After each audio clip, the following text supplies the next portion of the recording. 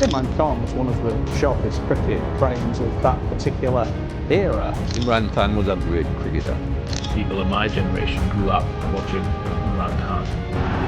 In an era of great all-rounders, he was perhaps the greatest.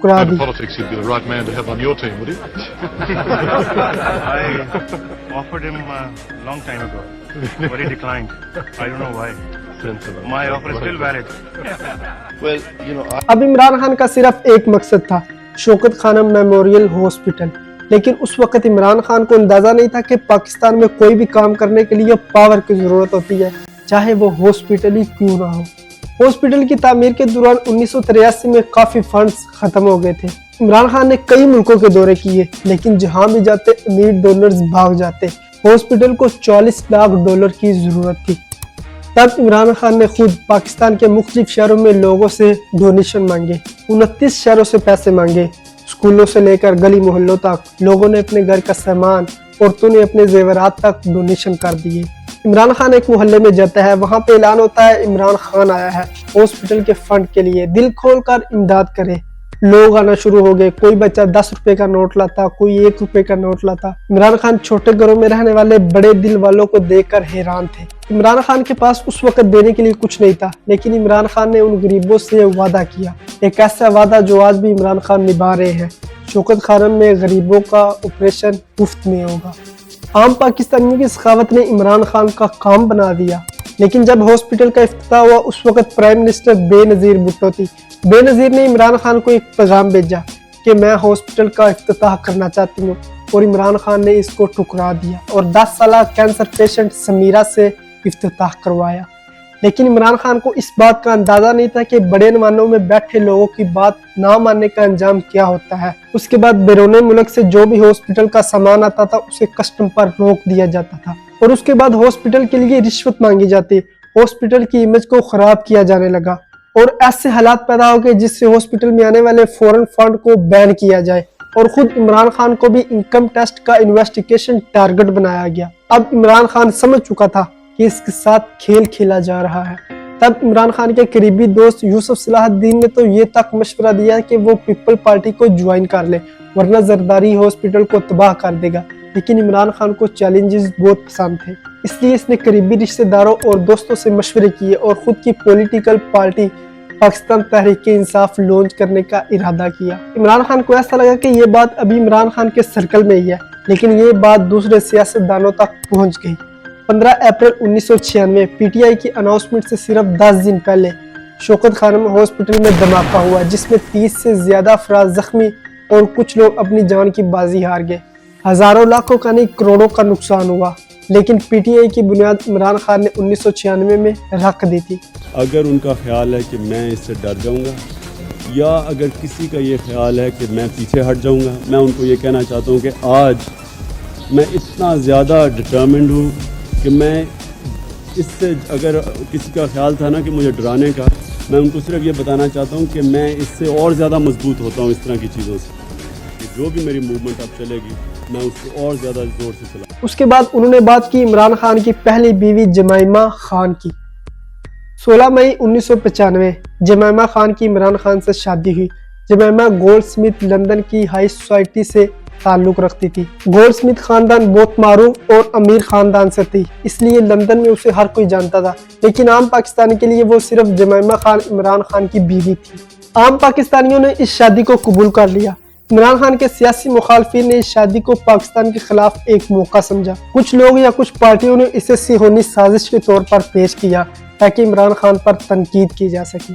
इसमें इमरान खान के 2 बेटे हुए, कासिम एंड सुलेमान। इमरान खान को लड़ाइयाँ और चैलेंजेस करना बहुत पसंद था। अब इमरान खान का टारगेट था पाकिस्तान का सियासी निज़ाम। इलेक्शन में अभी 2 साल थे। इमरान खान का ख्याल था कि वो तहरीक-ए-इंसाफ को अपने पैरों पर खड़ा कर देंगे, मगर सिर्फ 6 महीने बाद नवंबर 1996 में सदर फारूक अलगारी ने बेनजीर की हुकूमत का खात्मा कर दिया।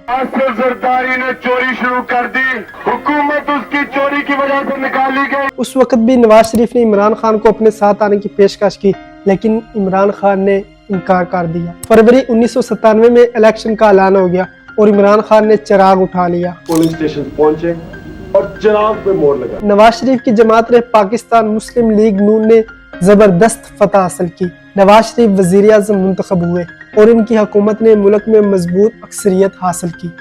इमरान खान और पीटीआई उस वक्त सियासी तौर पर नई और कमजोर पार्टी थी। जमाइमा ने कहा कि पॉलिटिक्स में कदम नहीं रखना चाहिए था, जो इज्जत हॉस्पिटल और क्रिकेट से मिली थी वो भी अब महफूज नहीं।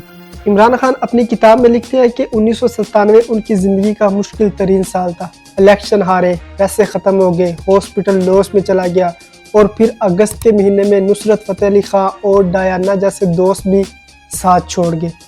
इमरान खान कहते हैं कि उस साल की सबसे बड़ी खुशी एक ही थी, सुलेमान को बड़ा होते देखना। फिर आता है साल 1999, आर्मी ने फिर एक बार मुल्क को अंडर कंट्रोल ले लिया। इमरान खान मुशर्रफ के साथ खड़े हो गए। The reason why we back General Musharraf is only one reason, that he will keep the crooked and the corrupt politicians who neither our judiciary nor our election commission has been able to keep them out.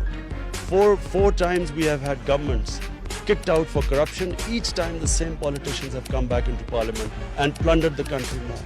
So the reason why I want to vote for General Musharraf is because I hope that he can keep these crooks out of the political process. 2002 में election हुए, इमरान खान सिर्फ अपनी seat लेने में कामयाब हुआ। अब इमरान खान भी बड़े उन्वान पर बैठा था। साल 2002, जमाइमा ज्यादा प्राइवेसी और इंग्लैंड में रहना चाहती थी, जबकि इमरान खान सियासी कामों में मसरूफ थे। जमाइमा ने 1 साल के लिए इंग्लैंड जाने के लिए कहा तो इमरान खान ने इनकार नहीं किया। इमरान खान ये समझ गए थे कि ये खात्मे का आगाज है और 2004 में दोनों ने तलाक का ऐलान कर दिया। इमरान खान बताते हैं कि तलाक से 6 महीने पहले और तलाक के 6 महीने बाद मेरे बहुत मुश्किल तरीन महीने थे। और फिर दूसरी शादी इमरान खान की 2018 में हुई। 23 जुलाई 2002, जब इमरान खान 5वीं और आखिरी बार मुशर्रफ की सफ में, मुशर्रफ ने इमरान खान को पार्टी के साथ इत्तेहाद करने के लिए कहा, लेकिन इमरान खान ने साफ इनकार कर दिया और मुशर्रफ का मेन क्रिटिसाइज बन गया। 3 नवंबर 2007, मुशर्रफ ने मुल्क में एमरजेंसी डिक्लेयर कर दी। उस वक्त इमरान खान भी खुलेआम मुशर्रफ के खिलाफ थे और इसलिए इमरान खान की गिरफ्तारी की आर्डर भी जारी हुए। गिरफ्तारी से बचने के लिए इमरान खान कुछ वक्त छुपते फिरते रहे। मीडिया की रिपोर्ट के मुताबिक वो दोस्तों के घरों में पनाह लेते रहे ताकि पुलिस से बच सके। लेकिन 14 नवंबर 2007 को लाहौर में यूनिवर्सिटी ऑफ पंजाब के करीब वो तलबा के एक ग्रुप के पास गए।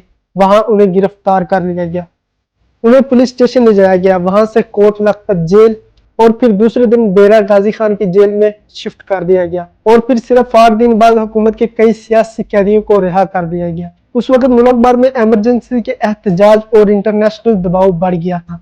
2008 में पाकिस्तान तहरीक इंसाफ ने इलेक्शन में हिस्सा लिया।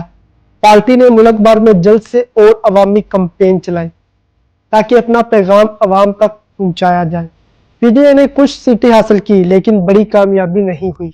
इमरान खान खुद भी कौमी असम्बली के इलेक्शंस हार गए। 30 अक्टूबर 2011 इमरान खान ने लाहौर में तारीखी जलसा किया और 2 महीने बाद कराची में भी शानदार जलसा किया। अब इमरान खान सियासत को जान चुका था। जैसे वो क्रिकेट में स्ट्रेटजिस्ट को बदलता था, ऐसे वो सियासत को बदलने लगा। इमरान खान ने अब एस्टेब्लिशमेंट के साथ हाथ मिला लिया था। ये बात पाकिस्तान में हर कोई जानता है कि एस्टेब्लिशमेंट की मर्जी के बिना कोई भी पाकिस्तान में हुकूमत नहीं बना सका। लेकिन 2013 में इलेक्शन के सिर्फ 4 दिन पहले इमरान खान कंटेनर से सर के बल नीचे गिर गए। कोई नहीं जानता था इमरान जिंदा है या नहीं। हर कोई शौक में था। कुछ साल पहले बेनजीर की मौत देखी, अब इमरान खान को कोई खोना नहीं चाहता था। इमरान खान को शौकत खानम हॉस्पिटल में ले जाया गया। हर कोई इमरान खान के लिए दुआएं कर रहा था। शाम के वक्त डॉक्टर ने आके बताया कि इमरान खान अब खतरे से बाहर है और फिर उसी रात हॉस्पिटल से इमरान खान का पैगाम आया। मैंने अपनी जिंदगी के पाकिस्तान के लिए लड़ा हूं। जो मैं कर सकता था मैंने किया। अब मैं चाहता हूं कि आप अपनी जिम्मेदारी लें। लेकिन 2013 में इमरान खान सिर्फ खैबर पख्तूनख्वा जीतने में ही कामयाब हुए थे। पीटीए ने कौमी असम्बली की 342 सीट में से सिर्फ 35 सीटें जीती और सेंट्रल में वो अपोजिशन बेंच पर बैठे। इमरान खान ने 2013 के इलेक्शन को रेक्ट का और सड़कों पर निकल आया, धरने दिए, नवाज शरीफ से रेजिग्नेशन की डिमांड की और इमरान खान ने 4 महीने तक सड़कों पर धरना दिया, लेकिन उसका कोई फायदा नहीं हुआ। 3 अप्रैल 2016 को दुनिया भर में पानामा पेपर्स के इंकशाफात सामने आए, जिसमें पाकिस्तान के वजीर आजम नवाज शरीफ और उनकी फैमिली के ऑफशोर असिस्टेंट शामिल थे। इमरान खान ने इस इंकशाफ को मुल्क में करप्शन का सबूत करार दिया और फौरी तौर पर नवाज शरीफ को रिजाइन देने का मुतालबा किया। सुप्रीम कोर्ट ऑफ पाकिस्तान ने इन्वेस्टिगेशन कमेटी बनाई, जो नवाज शरीफ और उनके खानदान के असिस्ट को चेक करने का काम करती थी। आखिरकार 2017 और 2018 में सुप्रीम कोर्ट ने नवाज शरीफ को वजीर आज़म के ओहदे से डिस्क्वालीफाई कर दिया और फिर आया 2018 के जनरल इलेक्शन पाकिस्तान की सियासत में एक टर्निंग पॉइंट साबित हुए। पीटीआई ने मुल्क भर में सबसे ज़्यादा मकबूलियत हासिल की और सबसे ज़्यादा सीटें जीती और इमरान खान 22 साल बाद 22वें वज़ीर आज़म ऑफ पाकिस्तान बने। लेकिन फिर तकरीबन 4 साल बाद वोट ऑफ नॉन कॉन्फिडेंस के नतीजे में इमरान खान वज़ीर आज़म के ओहदे से हट गए। ऑफिशियली इमरान खान साहब पाकिस्तान के वज़ीर आज़म नहीं रहे। वज़ीर आज़म इमरान खान साहब के खिलाफ तहरीक अदम एतमाद कामयाब हो गई है। इमरान खान इस्लामी जमहूरिया पाकिस्तान के वज़ीर आज़म नहीं रहे और उसके बाद इन्वेस्टिगेशन और कुछ केसेस भी उनके खिलाफ चले। ये थी इमरान खान की कहानी। अगर वीडियो पसंद आई तो वीडियो को लाइक और अपने दोस्तों को शेयर करें और चैनल को लाजमी सब्सक्राइब करें। अपना बहुत सा ख्याल रखें। अल्लाह हाफ़िज़।